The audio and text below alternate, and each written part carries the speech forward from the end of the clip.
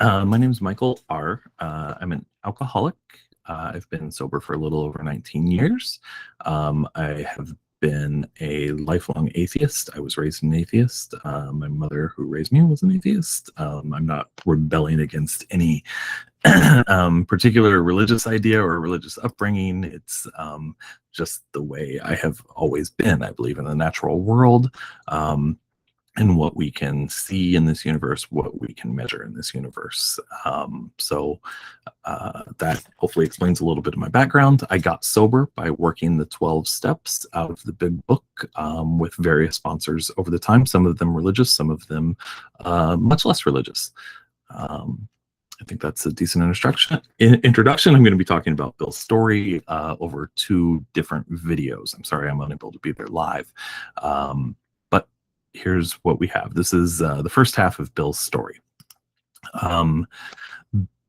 Bill sets the example for how we tend to share in AA about ourselves, I think. So Bill's story is 16 pages long. The first 8 pages, the first half, what we'll be discussing today is, or what I'll be discussing today is what it was like, right? Pages 1 through 8, he talks about what it was like before he got sober. On page 8, Ebby shows up and Bill starts talking for a little bit about how he actually got sober, some of the beginnings of AA, working the steps, stuff like that. The last part, the last 2 pages, comes down to Bill talking about what it is like now, and, you know, living a sober life, having friends, stuff like that. So, like I said, 50% of Bill's story is what it was like before he got sober. And so that's what we're going to talk about today. So why do we have Bill's story here at all? Bill gave a speech in 1954 to the Texas State Convention of AA. You can Google it, and it's really, I think, an interesting read if you're interested in the history of the Big Book at all. But what he basically says is, as you know, I'd gone on about myself, which was natural after all. So I think Bill wrote what he knew. He knew they needed stories, and so he wrote his own. More generally, the Big Book mentions later on, not in Bill's story, but on page 29, it says, we believe, and it's talking about the stories in the back here, it says, we believe that it is only by fully disclosing ourselves and our problems that they will be persuaded to say, yes, I am one of them too, I must have this thing. And the they in there refers to alcoholic men and women.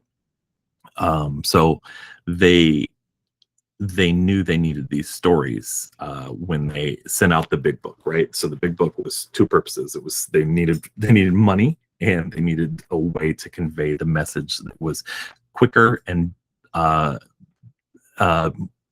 more unchanging than the word of mouth that had happened before. So they wanted to put it in print. They wanted to get this book out, and they wanted these stories so that people could identify with alcoholics, so that they could join the movement that was growing up among them. So as I go through the first half, I think the key to understanding the first half of Bill's story is what they say over and over throughout the Big Book. And not all these quotes come from Bill's story, but simple but not easy. A price had to be paid. It meant destruction of self-centeredness. So these quotes, selfishness, self-centeredness, that we think is the root of our troubles. The alcoholic is an extreme example of self-will run riot, and being convinced that self, manifested in various ways, was what had defeated us. The Big Book and Bill were certain that our problem was our selfishness. Liquor was but a symptom. The actual problem was our selfishness. You see this even more if you go and look at the prayers that, again, aren't in Bill's story, but I've added some emphasis on these so that you could see that they were, all these prayers in the steps themselves were about trying to remove selfishness, right? Relieve me of the bondage of self. How can I be helpful to him? Remove everything which stands in the way of my usefulness to you and my fellows, and remove me from freedom of will, self-will. So half of Bill's story is about what it was like. We share these stories so that other people can identify. And our problem is that we are selfish people before we get sober. So by necessity, the first half of Bill's story is all going to be about him being selfish, and it really is. And I'm going to go into that in a second here. But the point of showing all these selfish actions is that so we can see where we can identify, like, where did I act the same as Bill? What have I done that is similar? Um, and I was able to do that with Bill's story. So some of the examples here I've got are he fancied himself a leader. He imagined that he would be at the head of vast enterprises, which I would manage with the utmost assurance, right? So this is grandiose thinking that is centered around him. He wanted money and applause and people paying attention to him. That's what he thought was important. Notice it's not like, oh, I would help make the world a better place. Nothing like that. No altruistic motives there necessarily. He'd prove to the world he was important, right? Like that's also something that I identified with. That's what I wanted to be when I was, like going through college and starting my career. Like I wanted to be important. I didn't care about helping other people. Like I wanted people to know that I was important. He mentions that one of his finals, he was too drunk to think or write. I'm sure this is selfish, and I can see it there that he's not focused on his education, and I put this in here specifically because I identify it with it. I remember being too drunk at one of my finals and the teacher mentioning it to me, like calling me out and talking to me about it. I think this is some selfish, grandiose, egotistical thinking here. Excuse me. That he had developed a theory on why people lost money in the stock market, right? Mid-20s. And he knows why everyone's losing money on the stock market. He's going to beat it. Once again, he looking for fortune. He received fortune and applause, right? Like he was doing well. And this is his I had arrived moment. I felt like that at one point too when I got my first professional job out of college. I had arrived. It's exactly what I intended. And then he starts talking about like his friends, fighting with his friends, right? Like they would talk about his drinking and he would become angry and he became this lone wolf, right? So he started losing relationships because of his alcoholism, which is, selfish also. This one, I think the selfishness is self-evident in this. He's not necessarily thinking about his wife or his relationship, right? That he's pointing out there hadn't been real infidelity at this point because of drunkenness, like not because of anything he did, but just because he was too drunk to actually be unfaithful. The feeling like comparing yourself to Napoleon is very egotistical thinking, I think, and definitely, like I probably didn't know enough about Napoleon to compare myself to him, but it's the kind of thinking I had at the time too when I drank, so I was able to identify with some of that. He, had to live with his wife's parents at one point. Just the drinking took over everything. Couldn't support his wife, couldn't support himself, and lost jobs because of this.